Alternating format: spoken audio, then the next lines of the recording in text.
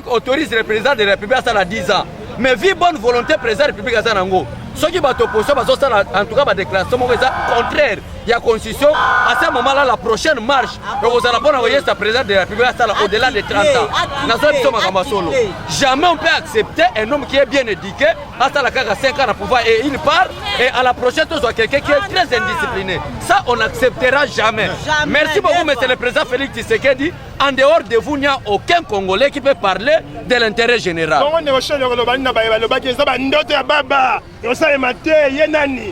Mais bato baloba ki yango bao baza ko réclamer vérité des urnes. Les lois comme ko dialogue ba pese musala.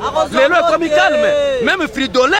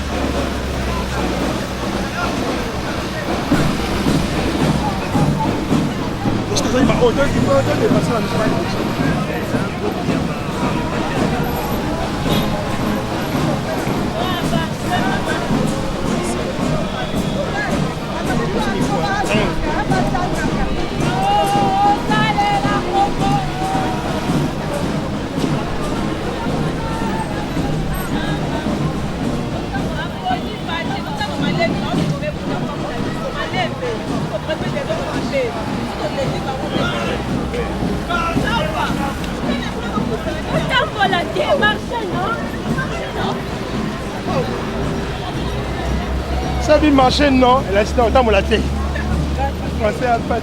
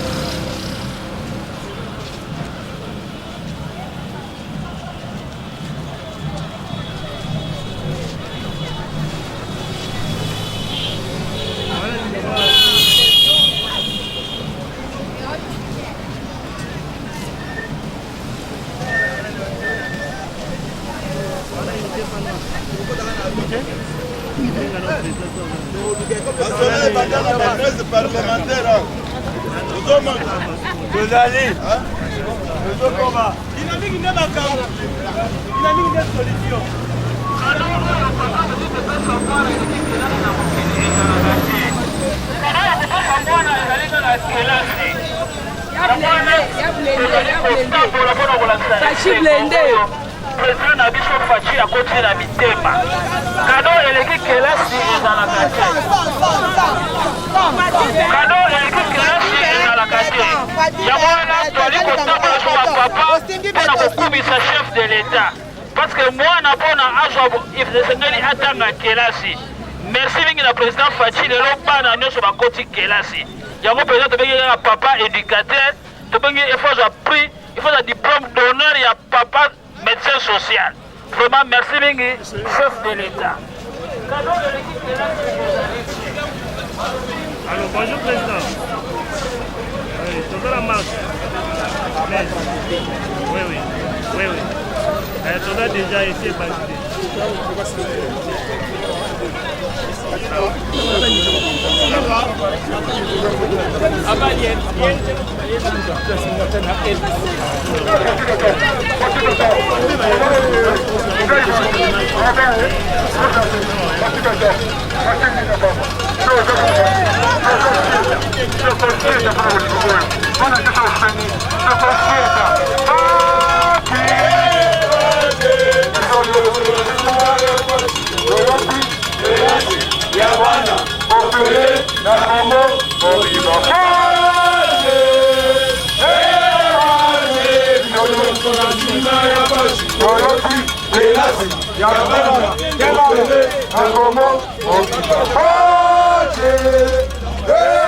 Depuis Congo Salema, Marali Bosso Balamata Mofere.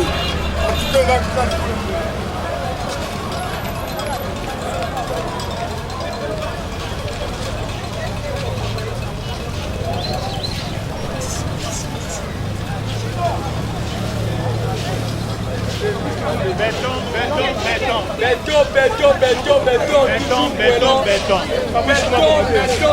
Oui, c'est Eric Mamina, le président de la plateforme Fachi Mokonzi. Nous sommes en train de soutenir la gratuité de l'enseignement. La gratuité de l'enseignement, ça fait partie de la diminution de la pauvreté dans notre pays. Et en plusieurs années, beaucoup n'ont pas su le faire. Fachi, en quelques mois, a réalisé ce que personne ne pouvait faire dans ces pays. C'est une grâce pour nous d'avoir un chef de l'État comme Fachi qui manifeste la volonté, qui sacrifie sa vie pour la population congolaise, pour le bien-être de cette population. Il s'est sacrifié, il continue à se sacrifier et il a une vision, il fait rêver tout un peuple. Moi, depuis que je suis né, c'est la première fois, je peux dire, un président me fait rêver. C'est Fachi béton. L'enseignement est gratuit. Les enfants peuvent aller à l'école gratuitement. Ça va diminuer le koulouna dans notre pays. Il y a beaucoup d'implications et je pense que nous pouvons terminer encore par dire béton. Véritable vision. Plateforme Fachi Mokonzi et les amis de Fabrice Kamal, nous sommes là, nous sommes présents.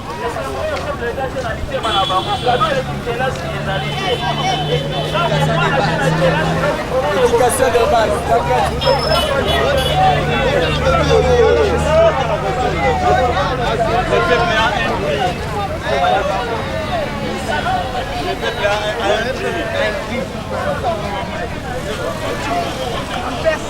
Chica, Chica.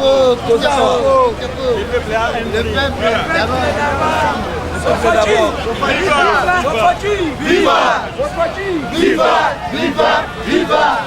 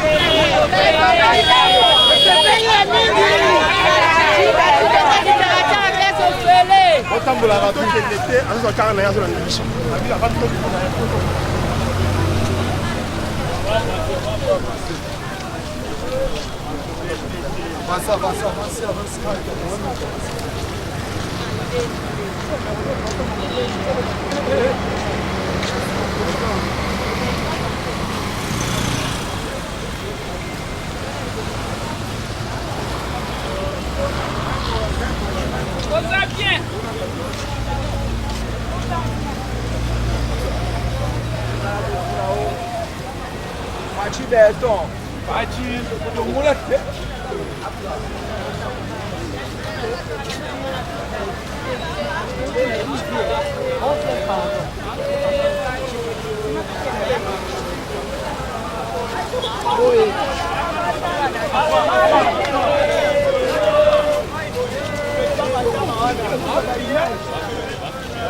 Président, Abdja d'autres gratuits. En 2023, il n'y a pas match. Il n'y a qu'un seul candidat à sa propre succession. C'est Félix Tshisekedi Tshilombo. Donc en 2023, il n'y a pas match. Donc on vote à Raye. Il n'est pas gratuit. Donc il a assuré. Donc il est si 2028. En plus, total à son bon, ils allaient pour tout ça l'élection. Donc c'est comme ça.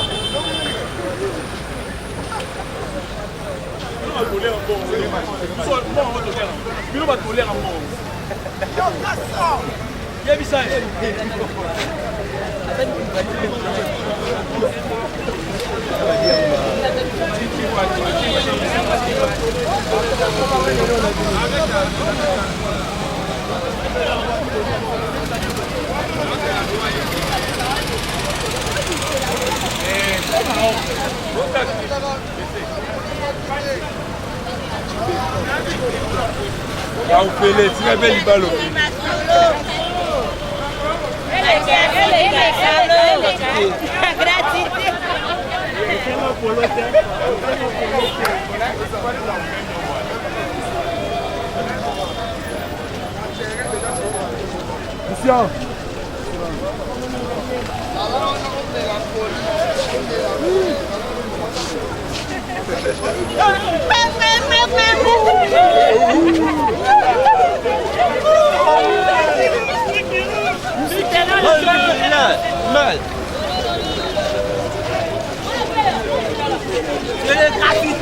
La gratuité de parti public.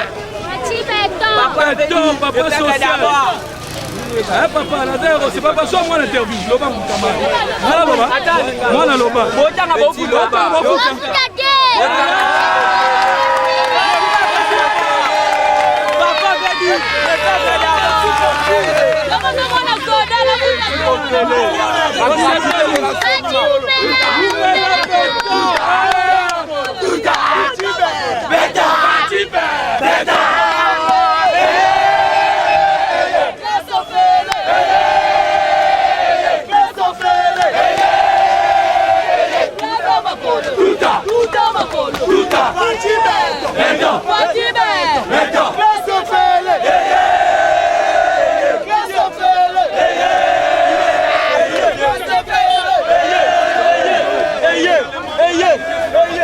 Le peuple d'abord.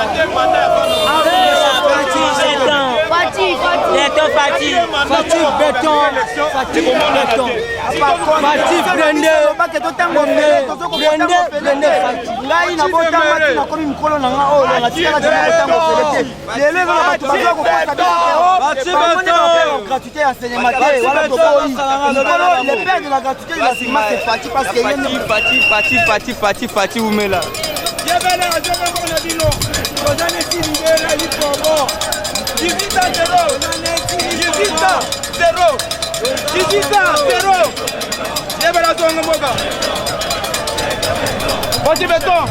Si va te bien numéro dans l'intéressé. Nous émission dans l'intéressé.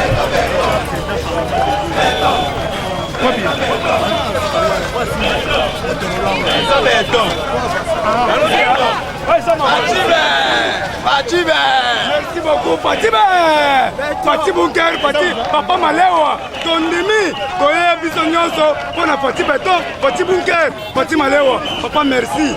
Kemona Yahweh, Alléluia. Amen. Ndeko, Toye Lelo, pour la Koye Bisawatuke, Bana Fobatanga, Opélé, hôpital, Opélé, gratuité de la santé, Opélé. bato bakolia bakosepela 5 millions de tonnes de maïs eza na Kinshasa Mabundu Fati eye bato bakosepela Thompson Fati eye ndeko merci beaucoup classe opele Ngoma Minerval somela mwana mateso merci Fati classe opele Ngoma Minerval somela mateso merci pour la gratuité de l'enseignement. Voilà. Tout se fait à Congo et Bogi. Bana Congo, tout se fait à Congo et Bogi. Ouais, Fati Beto. Mote ndeko. Mote. Ela na poussé au mana balabala on est na cop na yo. Obomi cop na na nini? Na bomi cop na ngai ile alelo. Pona kopesa merci parce que eloko pesaka. Il faut qu'on dise ça merci, n'écoute rien. Les loyo, l'ité ya traceta et monani que en tout cas ezalaki pour la bonheur du peuple congolais. Les loyo, bana bazo tanga opele. Donc on ko telema te ko bana mbula te ko bana moite. Donc sali de poso que toi imani, toi manifester. En tout cas c'est merci. Mote ndeko Moïse. Ligam na obimi na balabala boye. Unoki ne ba cop na yo, on continue lolo na nini groupe pona nini. Tobimi d'abord pour remercier Tata Nzambe banda Congo créé comme une République démocratique du Congo. Na nous te bana batango fele. Alors tozi mukonzi oyo atie d'abord souci à bana classe. Les autres bima pour ça ba congolais boye. Il faut tout soutenir le programme Konjamboka bana batango fele. Et c'est étape par étape. Après bana kelasi et comme à santé. Après santé université au fait.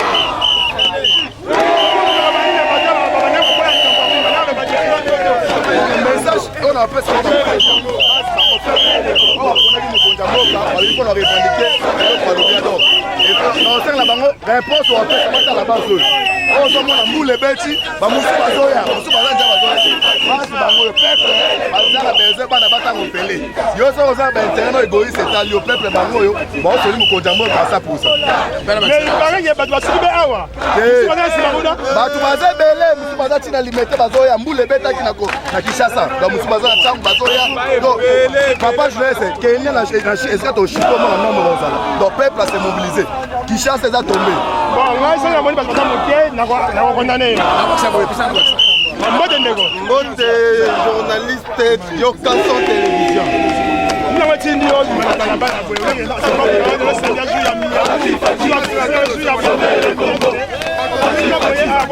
papa parce que ouais affaire na biso affaire oza ya biso tosimana na maboko yike jeune mapati les lobby gratuité pati papa gratuité omoni lelo ba mama ba sepeli ba mama ba ko fêter moi 5000 moi $200 comme on ma congélateur ba tient na ndako lelo mdo combattre gratuité azali ndoki mboka oyo okosenga nini epai ya Nzambe Tata Nzakomba mpona président Faci nasengi Nzakomba abatela Faci abakisela ebwanya ebele mayele mpe sagesse mpona mboka oyo Faci a bénédiction mpona mboka Congo wakombattre ye aza demo satana mosika na Congo okoloba nini na bayebana koboya likambo balobaki ke ezali barêve ezali lokuta oloba nini mpona bango nasiyango toyebisa bango ke bango babanda kolota Faci alobi peuple d'abord asali démonstration abimisi bango na video oyo ezali video na 9 mois pamba tokotanga ba réalisation Faci eleki 18 à 32 ans même au pouvoir ya bango basala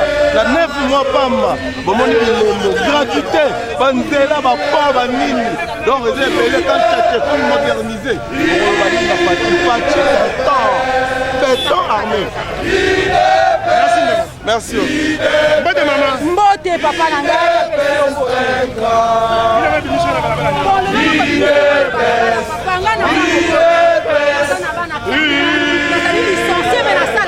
Pour la toute première fois, là je on a article on a constitution et constitutionnellement.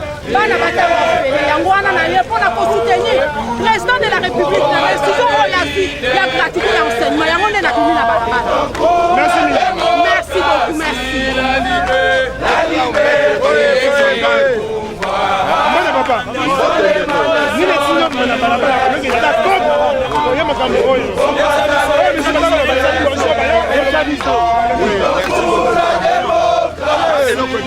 ngai na balabala ezali likambo moko oyo nakoki koloba ke article 43 oyo ezali di na constitution ya république oyo epermettre lelo ke président Félix amettre applicabilité ya gratuité po tobima totalisa bato ke ntango abandaki kopesa bapromese nyonso tu ke bana na periode ya kozwane pouvoir bana bakotanga classe ofele parce que ezalaki devoir sacré mpo na ye akokisa yango lokola akokisi yango nde eloko eza ebimisi biso na balabala yango wana epuis ya mibale naza komettre en garde bato nyonso bapromoteur nazo précise bien ke promoteur oyo ya Moamba lokola ye azolinga kotia mutu makasi mpona koloba ke lende afutisa bana Minerval epuis abengani bana ebele aussi toapprendre yango na information ke promoteur ya Moamba aza kosantete na article 43. Alors, comment la population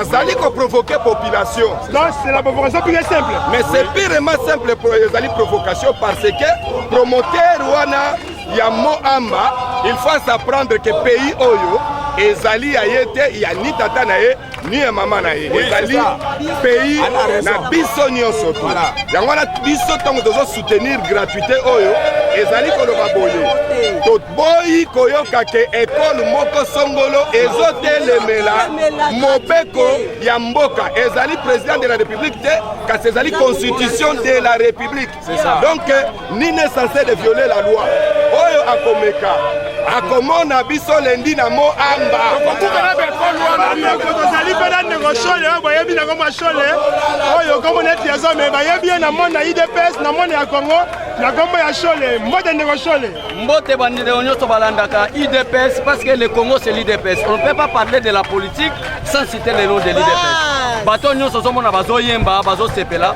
c'est à cause de l'IDPS.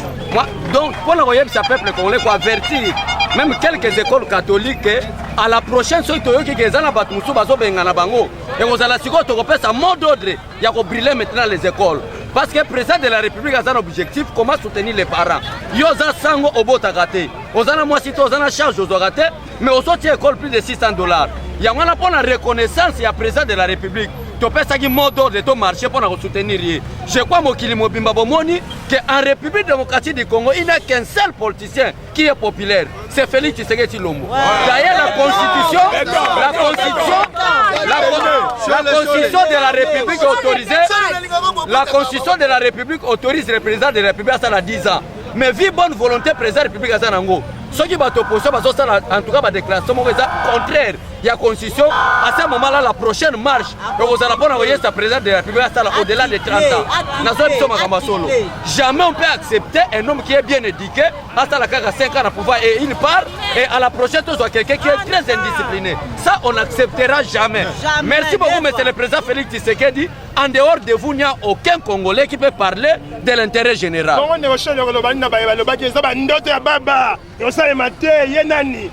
Mais bato balobaki yango bao baza ko réclamer vérité des urnes. Lelo akomi ko luka dialogue ba pese musala. Lelo akomi calme.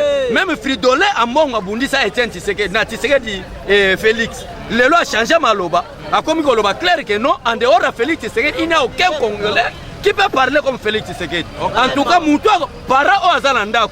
Ayebi beke abotaka afani na ndako marché tene ba marché lelo po biso moko déjà to bimisi plus de 12 millions na balabala je crois boza ba journaliste boza témoin awa ezaka noyo moko amuke pona kosala déclaration batu balanda biso bandeko nyonso boza na États-Unis bandeko nyonso boza na Europe na Lubumbashi na République démocratique du Congo bo bangaka eloko moko te Félix Tshisekedi akufaka te c'est quelqu'un qui a une vision et quand Dieu donne la vision, il donne aussi la provision.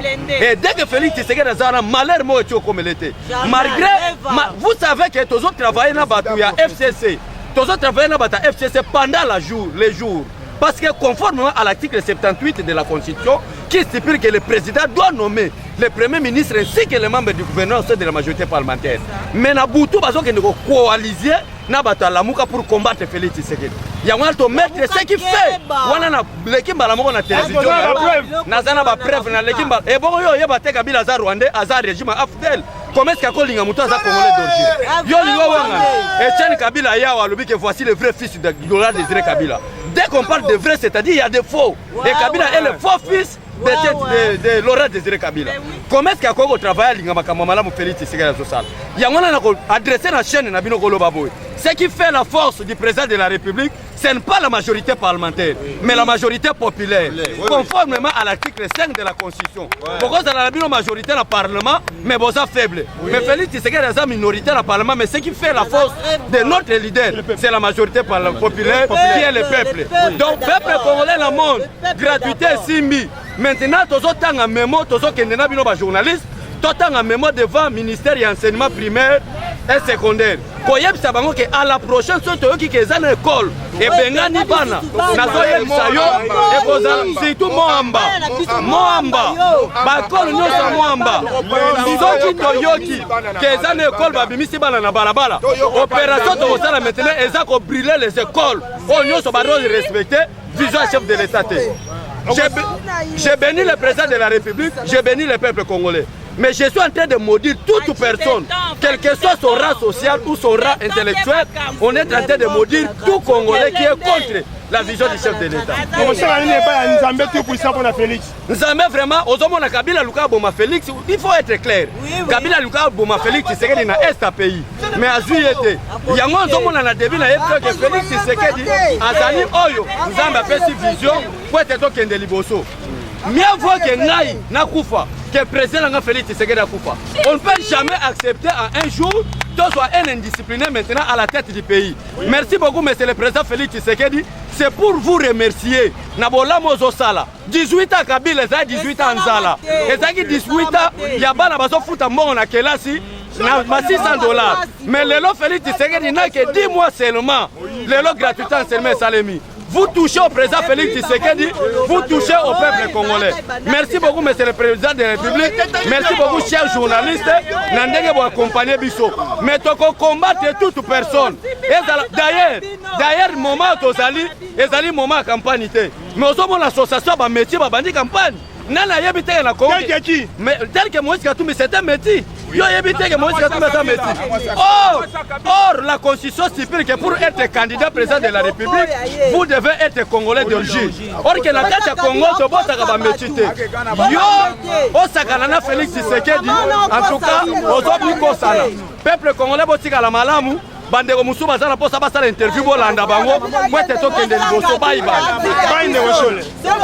Bonjour monsieur le directeur. Oui, bonjour. À cette heure ici, tu devais te retrouver au sein de l'école, mais pourquoi tu es sur la rue? Oui, je suis ici puisqu'il y a marche derrière la gratuité, donc soutenant la gratuité. Moi, je suis de l'ESECO, école conventionnée du Saint-Esprit. Nous sommes parmi les écoles qui bénéficient de la gratuité, dont les écoles publiques. Alors, moi, je supplie tout Congolais qui est à l'étranger ou bien qui est ici, qui a les fonds, qu'il verse de l'argent du côté paiement des enseignants pour que cette gratuité puisse être soutenue.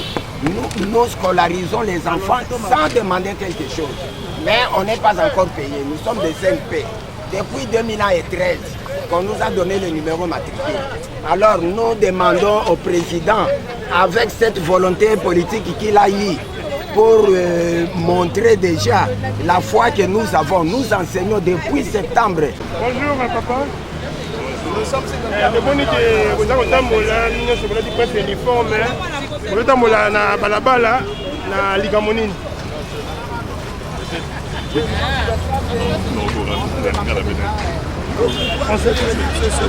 en plein milieu de la route, vous avez mis tout à terre. Et ça pour la Tinani, les Camerounais, vous avez mis balabala. Merci, vous évitez na école ya biso tozali na mobeko likonzi. Bongo kadi wana elobami te bana oyo bazali na bitelo ya ebandela ya nse basengeli batangi ofele. Bongo biso totamboli mpo ya kopesa président de la République son excellence Tshisekedi Tshilombo botondi mpo ye akokisi likambo yango ezali te ete tozoya soutenir gratuité mpo ezibeli oyo babengi na lopoto porte eza déjà ya kofungwama na président de la république bongo biso toye kopesa ye nde mokako swa ya mibale esengeli toyebisana baboti toyebisana bayi ekolo ya biso Congo te likambo liye président ya république asali tosengeli tosimba yango ekomi likambo ya kobatela lokola liso na yo ekomi likambo ya kobatela lokola eloko ya motuya yango wana tokobatela yango ndenge kani na kosala mosala oyo ezali koboto mbuma mosala oyo ezali kopesa moto lokumu mosala oyo ezali kosala te po tosimba makambo mana manso biso tosengeli tofuti baimpo tofuti bataxe tala likambo biso totamboli lelo yango wana bongo koloba nini na baye bazalaki koboya te makambo oyo kosalema te eza lokuta koloba nini mpo na bango te dynamique pour le veille de la conscience patriotique aye wana mpo ya kosalisa biso banso te awa tokomi mbongwana ya na ekolo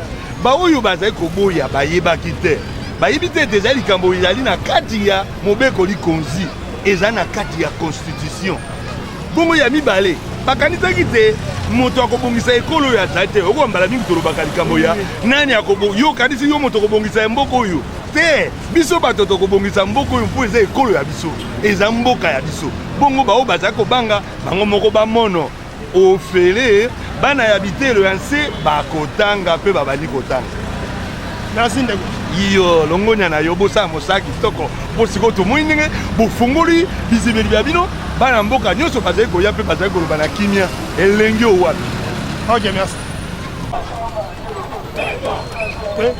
mbote ndeko mbote ndeko journaliste likambo nini tomoni na balabala boyo toki loki nata cope na yo bomi cope opréféré kokota na loyenyo eza na ntina nini bon eza luenge te ezali tozomanifeste esengo ya miracle oyo président na biso Faci asaleli peuple congolais des années gratuité etikala jamais kosalama te mais ye akoti asemema ata une année te asali gratuité mpo na république yango wana mbula enoka te biso tokomanifeste reconnaissance na biso mpona kosoutenir ye e naza kosenga nazosadresse na vice premier ministre ya intérieur mpona makambo oyo eza kolobama na bakartier na bapopulation ezosepelisa biso base te tosengi akamata d'abord décision ya koréhabilite gouverneur ya bakongo parce que bato ya ngambo bato ya oyo baza kobundisa Faci baza koloba ete ke biso nde toinstruire VPM pour ke aréhabilite gouverneur te tala bagouverneur lelo bakomi kocontredire ye yango wana nde topesi ye 48 heures base esengi aréhabilite gouverneur Matu abanda mosala na ye mpona kosoutenir chef de l'état pour que to sentir que aza na décision okosenga okoloba nini na baye bazali kondima te likambo oyo ya gratuité kosalema bande komona lokola lokuta oloba nini mpo na bango bamoni bango moko eloko ya kosala commentaire eza te eza lokola Jésus Christ alobaki na kosekwa akufi asekwi c'est la même chose bango moko bamoni Dieu merci Nzambe a gardé président na biso abatela ye et na mandat 2023 aza na soutien au peuple congolais. Merci.